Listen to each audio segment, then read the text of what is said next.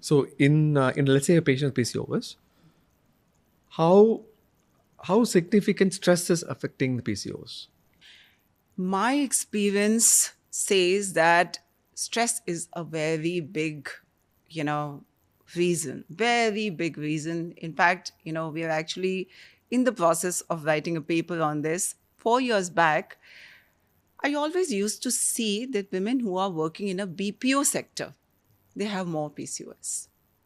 It was a very small observation. Then I started reading, I started researching the literature, and we found out that there's a connection between sleep and PCOS. And this was a real clinical experience of a gynecologist, that women who are not sleeping or not sleeping adequately, not sleeping according to their day and night rhythm, tend to have more of PCOS. So, stress also. In fact, there's another observation which I've seen in my clinical practice, that the story of PCOS starts when a girl is in class 10th or 11th.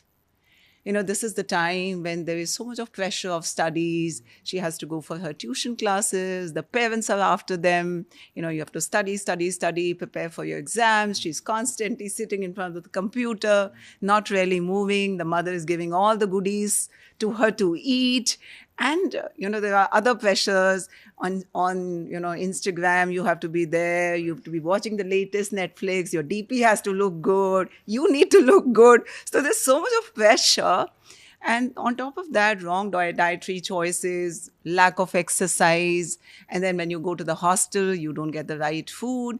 Unfortunately, today we don't have much avenues for people to go out and, exercise or move their body at least.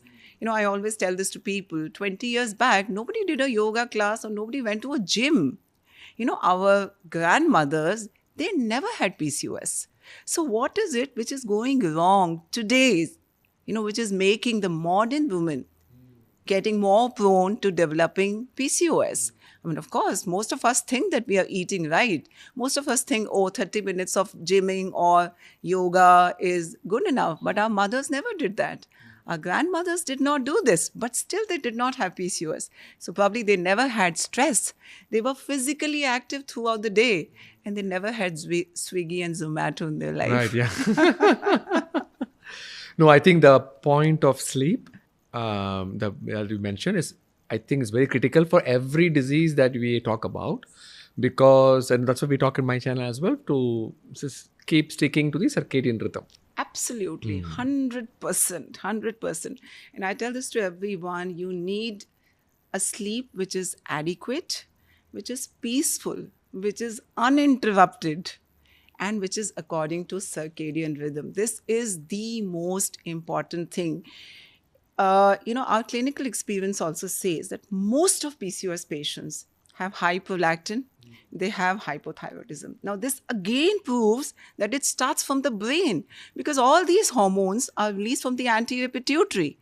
So how come that every PCOS patients, in fact, 80% of the PCOS patients have associated hypothyroidism? I would say 50% of them have high hyperprolactinemia. So that means there's something going wrong there, which is making them prone to this. So my theory says that it starts from the stress and lack of sleep, and of course coupled with other things, bad diet and lack of exercise and all that. They contribute. Right. But I'm sure the papers would come that it is the stress which actually initiates the pathogenesis of course PCOS also.